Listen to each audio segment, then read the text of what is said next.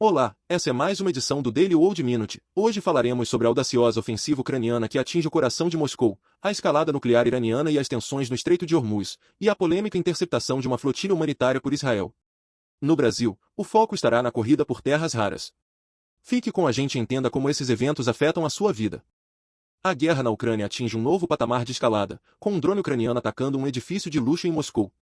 O incidente ocorreu pouco antes das celebrações do Dia da Vitória, uma data de grande simbolismo nacional para a Rússia.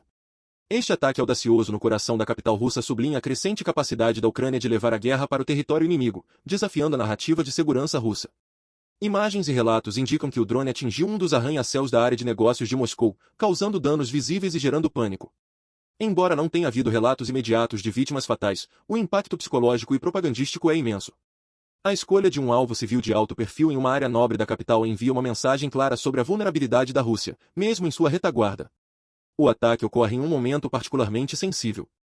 A Rússia havia declarado um cessar-fogo unilateral para cobrir as celebrações do Dia da Vitória, uma data que comemora a vitória soviética sobre a Alemanha nazista na Segunda Guerra Mundial. A interrupção da tranquilidade esperada para este dia histórico é vista por Moscou como uma provocação direta e uma afronta à sua soberania. A resposta russa não tardou a chegar, com ameaças de um ataque maciço ao centro de Kiev se tais ações fossem repetidas ou o cessar-fogo fosse desrespeitado. Esta retórica belicosa eleva o risco de uma espiral de retaliação, onde cada lado busca demonstrar força e deter o adversário através da ameaça de consequências devastadoras. O uso de drones para ataques de longo alcance tem sido uma característica marcante deste conflito, com a Ucrânia aprimorando suas capacidades para atingir alvos distantes da linha de frente. Esses ataques não apenas buscam causar danos materiais, mas também corroer a moral russa e desviar recursos de defesa aérea que poderiam ser usados em outras frentes. A eficácia dos sistemas de defesa aérea russos em proteger sua própria capital está agora sob escrutínio. Apesar dos avanços tecnológicos e da vasta rede de defesa, a penetração de drones ucranianos em Moscou levanta questões sobre a integridade da segurança russa e a adaptabilidade de suas estratégias defensivas contra ameaças assimétricas. Este incidente é um lembrete sombrio de que a guerra na Ucrânia está longe de terminar e continua a evoluir em termos de táticas e alcance. A escalada de ataques em território russo, especialmente em Moscou, ameaça transformar o conflito em algo ainda mais imprevisível e perigoso, com implicações diretas para a estabilidade regional e global. As avaliações de inteligência dos Estados Unidos revelam uma realidade preocupante: o Irã pode estar a apenas um ano de desenvolver uma arma nuclear. Essa projeção, obtida pela agência Reuters, mantém-se inalterada mesmo após recentes ataques e tensões na região, sublinhando a persistente ameaça que o programa nuclear iraniano representa para a segurança global. A capacidade de Teherã de enriquecer urânio a níveis próximos do grau militar é uma preocupação central para as potências ocidentais e para Israel. A Agência Internacional de Energia Atômica, AIEA, tem relatado um aumento contínuo nas reservas de urânio enriquecido do Irã, e a instalação de novas centrífugas avançadas em locais como Natanz e Fordow acelera significativamente o processo. Embora o Irã insista que seu programa tem fins pacíficos, a recusa em cooperar plenamente com os inspetores da AIEA e as violações sucessivas do Acordo Nuclear de 2015 alimentam a desconfiança e a urgência internacional. O acordo, formalmente conhecido como Plano de Ação Conjunto Global, JCPOA, visava limitar o programa nuclear iraniano em troca do alívio de sanções. No entanto, a retirada dos Estados Unidos sob a administração Trump e a subsequente intensificação das atividades nucleares iranianas deixaram o pacto em ruínas. As tentativas diplomáticas de reviver o acordo têm sido infrutíferas, e a comunidade internacional se encontra num impasse perigoso. Paralelamente ao avanço nuclear, as tensões no Estreito de Hormuz, uma das rotas marítimas mais críticas para o transporte de petróleo global, atingiram um novo patamar. O Irã tem reiterado sua capacidade de controlar a passagem, chegando a afirmar ter impedido a entrada de navios americanos em suas águas territoriais. Essa postura agressiva eleva o risco de confrontos diretos, com implicações sérias para o fornecimento global de energia. A Guarda Revolucionária Iraniana tem realizado exercícios militares frequentes na região, exibindo sua capacidade de operar drones, mísseis e embarcações rápidas. A presença militar iraniana em Hormuz é uma demonstração de força, que visa desafiar a hegemonia naval dos Estados Unidos e seus aliados, e enviar uma mensagem clara sobre a determinação de Teherã em defender seus interesses. Em resposta, os Estados Unidos têm mantido uma forte presença naval no Golfo Pérsico, incluindo porta-aviões e outros navios de guerra, como uma medida de dissuasão e para garantir a liberdade de navegação. A retórica do ex-presidente Trump, que ameaçou o Irã com um bloqueio naval muito longo em caso de escalada, reflete a seriedade com que Washington encara a situação. A combinação de um programa nuclear em aceleração e a escalada de tensões em Hormuz cria um cenário de alta volatilidade no Oriente Médio. Qualquer incidente pode rapidamente desencadear um conflito de proporções regionais e globais, com repercussões econômicas e políticas imprevisíveis.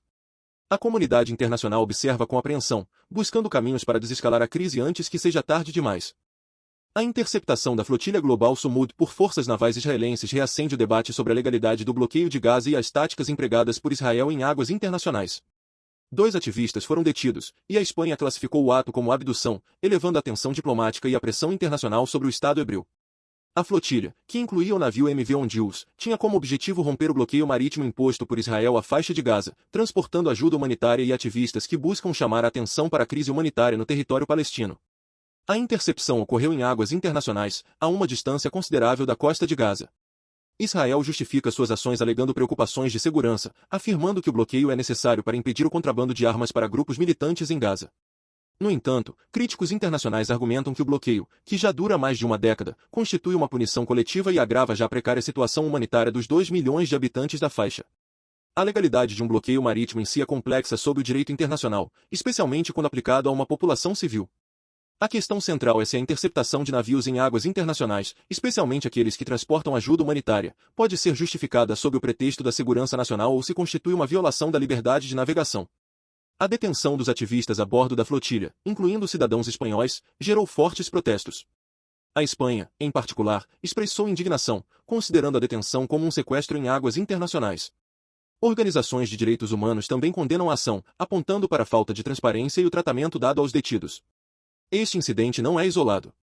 Flotilhas anteriores, como a Mavi Marmara em 2010, também resultaram em confrontos e mortes, gerando condenação internacional e crises diplomáticas. Cada nova tentativa de romper o bloqueio e a consequente resposta israelense reacendem as chamas da controvérsia e do debate sobre os direitos humanos e a soberania. A tensão em torno do bloqueio de Gaza e a forma como Israel o impõe continuam a ser um ponto de fricção no conflito israelo-palestino, com implicações para as relações de Israel com a comunidade internacional. A persistência de tais incidentes demonstra a urgência de uma solução duradoura para a crise humanitária em Gaza e para o conflito mais amplo na região. O Brasil se posiciona na vanguarda de uma nova corrida global por recursos estratégicos. O relator do projeto que regulamenta a exploração de minerais críticos e estratégicos, deputado Arnaldo Jardim, propôs a criação de um fundo garantidor de até R$ 5 bilhões para impulsionar projetos na área de terras raras. Essa iniciativa visa não apenas explorar, mas também processar esses minérios de vital importância dentro do país. As terras raras são um grupo de 17 elementos químicos essenciais para a fabricação de alta tecnologia, desde smartphones e veículos elétricos até equipamentos militares avançados e turbinas eólicas. O Brasil, ao lado do Vietnã, possui reservas significativas desses minerais, igualando-se à China em potencial geológico, mas historicamente ficando atrás na capacidade de exploração e processamento. O fundo proposto, com participação da União, e incentivos fiscais são passos cruciais para mudar esse cenário. A ideia é atrair investimentos privados e desenvolver uma cadeia de valor completa no Brasil, desde a extração até o beneficiamento final, agregando valor e gerando empregos qualificados. A urgência na aprovação do texto reflete a percepção da janela de oportunidade global. A dependência global da China em relação às terras raras é um ponto de vulnerabilidade geopolítica. Pequim domina cerca de 80% da produção mundial e tem usado essa posição como alavanca em disputas comerciais e diplomáticas. A busca por fontes alternativas e o desenvolvimento de capacidades de processamento fora da China é uma prioridade para muitas nações ocidentais e emergentes. Para o Brasil, a exploração e o processamento de terras raras representam uma oportunidade única de fortalecer sua economia e sua posição estratégica no cenário global. Em um mundo cada vez mais voltado para a transição energética e tecnologias verdes, o controle sobre esses minerais é sinônimo de poder e influência. A estratégia brasileira não se limita apenas a garantir a oferta interna, mas também a se posicionar como um player relevante no mercado internacional, fornecendo esses insumos críticos para indústrias de ponta em todo o mundo. Isso pode redefinir cadeias de suprimentos e reduzir a volatilidade geopolítica associada à concentração de produção.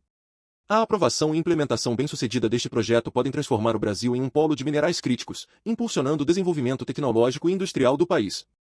Contudo, os desafios são imensos, incluindo a necessidade de tecnologias de extração sustentáveis e a superação de obstáculos burocráticos e ambientais para se consolidar como uma potência em recursos estratégicos. Conflitos em regiões estratégicas, o avanço nuclear iraniano e a corrida por recursos minerais críticos no Brasil moldam um cenário global de constante redefinição.